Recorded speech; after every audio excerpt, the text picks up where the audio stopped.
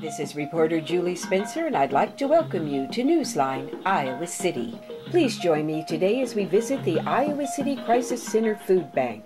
I'll talk with Executive Director Becky Reedus, who will give us some information about the food bank, and Beth Ritter-Rubeck will take us on a tour of the facility. Becky, can you tell me about the Crisis Center Food Bank? Give me some information on it. Well, the Crisis Center Food Bank's been around since the 70s. I believe it started in 1978, actually.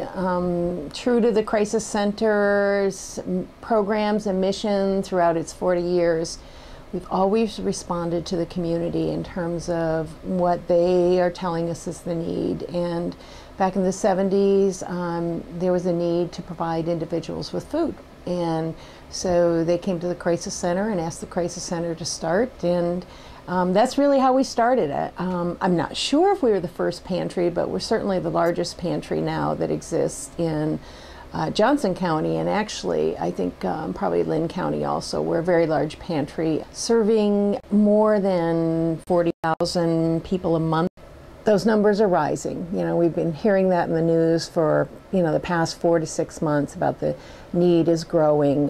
It's just getting tougher and tougher for people to make ends meet as cost of living, cost of food is increasing. They're filling that gap by coming into service, for services like the food banks. In the food bank program, not only are we seeing an increase in the number of people coming in for food, but we see an increase in the number of people coming in for financial assistance. So are you able to meet the needs of the people in the community? Right now we've been keeping up with the need for food, but that means that over the past 3.5 years since I've been here, our budget for food keeps increasing each year. I write a higher figure in that annual budget. When I started here in 2008, we had about a $70,000 line item just to purchase food, but that is up to about $110,000 this year. So you can see that it continually takes more and more resources for us to, be able to meet that need. This is the food bank lobby, and we are open Monday through Friday from noon to 4:30. People can come once a week to receive food, and the process for becoming a food bank client is the first time you come in, we do an interview with your family, you or your family, to capture some demographic information for ourselves and for our funders. And so we'll ask how many people are in the family, we record birth dates, we do try and gather income information and things like that. But I don't want to give the impression that we turn anyone down. We're a crisis center, and so if you come in and tell us you're in crisis and you need food, you'll go home with food that day. We may not be able to continue serving you. For instance, we limit our service area to families who live in Johnson County. So if you live outside of Johnson County, we'll try and help you find resources where you live, but you will go home with food today. In August, we moved from a distribution system where we did pre-packed food bags to a new system of client choice. And so now clients, when they come in, will get a basket and a cart, and they move through the blue area first of all. So the blue area is limited by your family size to the number of items that you can take. So these are items that we don't have enough to just have out for regular distribution. And you'll notice some key products are in there. Things like canned meat and peanut butter are only available in this area. We cannot keep enough of that on the shelf to allow people to take as much as they need. So that's some of the items. You'll also see that we have a freezer and a refrigerator case.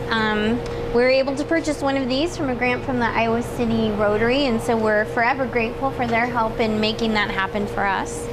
And then we also have a number of repackaged items like laundry detergent and hair conditioner. When we get really large bottles, our hope is to help someone have enough to get through the week. Since people can come on a weekly basis, we do try and focus our efforts on getting them through the week. And so you don't need a whole bottle of Tide for a week. but we can repackage laundry detergent and things like that and make those available. So if you ever try a laundry detergent and don't like it, it makes you itchy or you don't like the smell, and it's an open bottle, we can use it. Bring it down and we'll repackage it and get it out to people. Something else that we have repackaged is dish soap. So we're always looking for yogurt containers, water bottles, sour cream containers. Those kinds of things really help us provide things to people. And then another very highly requested item is toilet paper, which again gets repackaged into single rolls, and you can take up to the number of in your family. But we don't give out whole packages because again, we're trying to satisfy a week's need.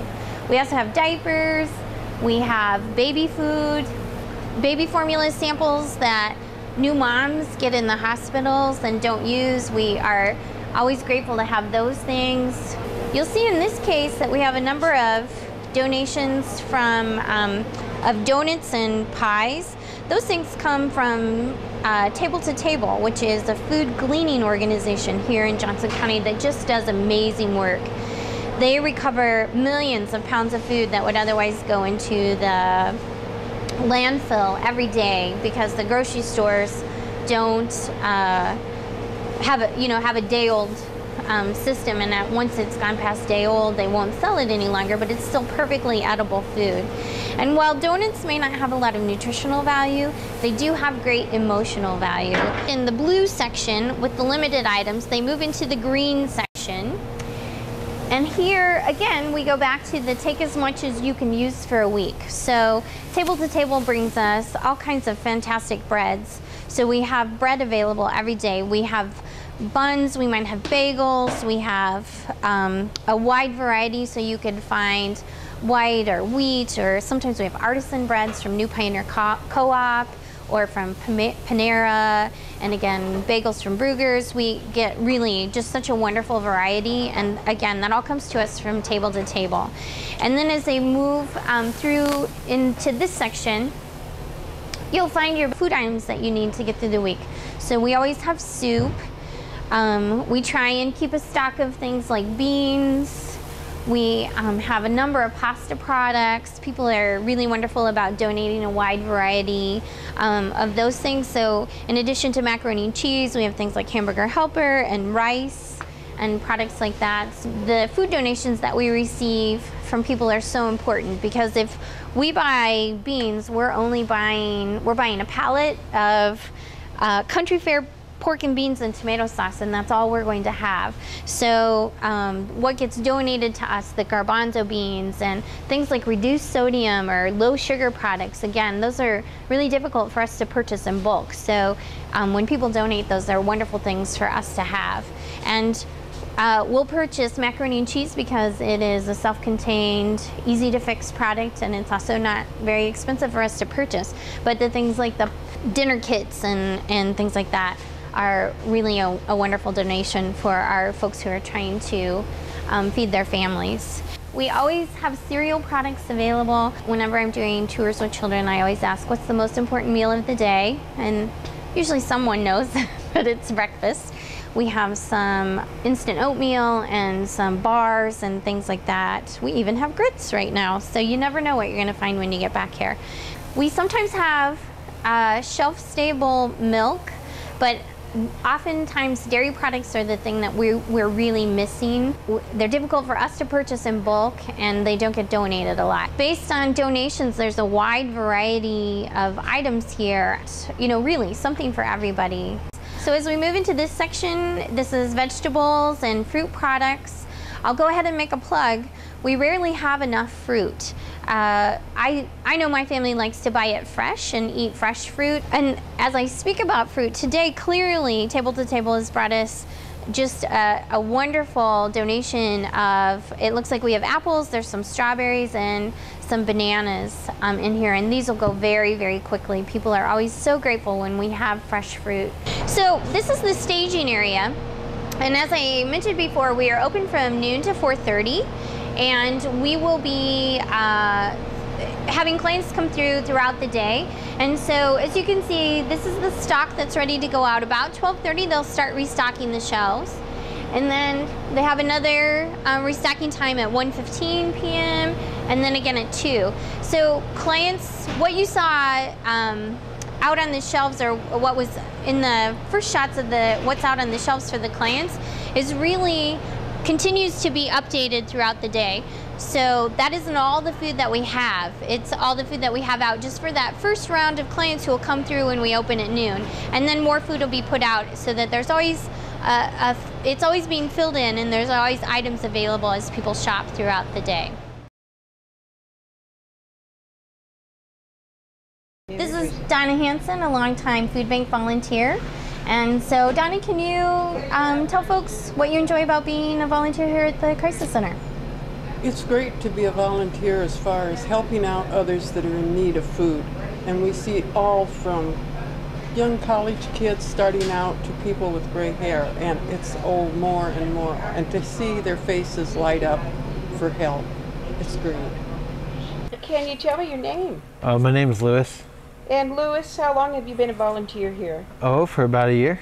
And what do you like about volunteering here? Oh, I like giving back. I've been going here for a lot of years, and I like all the food. You like all the food? They got a good variety here. So you're now in the Crisis Center's warehouse for the food bank, and I'm standing in front of large pallets of food, and this is the way we purchase food. It comes to us in large pallets, and so these items may have come from the Hawkeye Area Community Action Program's food reservoir in Hiawatha, or we may have purchased them from a local grocery store who gave us a discount on the food. What you're seeing now is in October we had TP, the Crisis Center, our annual toilet paper drive to get ready for the winter months, and we had a great response to that.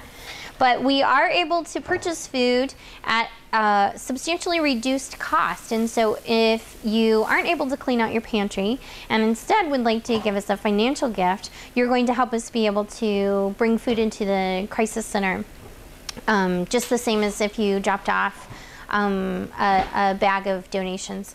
Items that you bring in really help us so much, really provide so much diversity and choice to our clients, particularly things that we can't buy in bulk, like the low sugar, the low salt items, things for special diets and things like that. So baby items, we rely so much on the community support, and more than 60% of what we give away is donated, and so we couldn't do it without the community, and we're really grateful for everything that you do.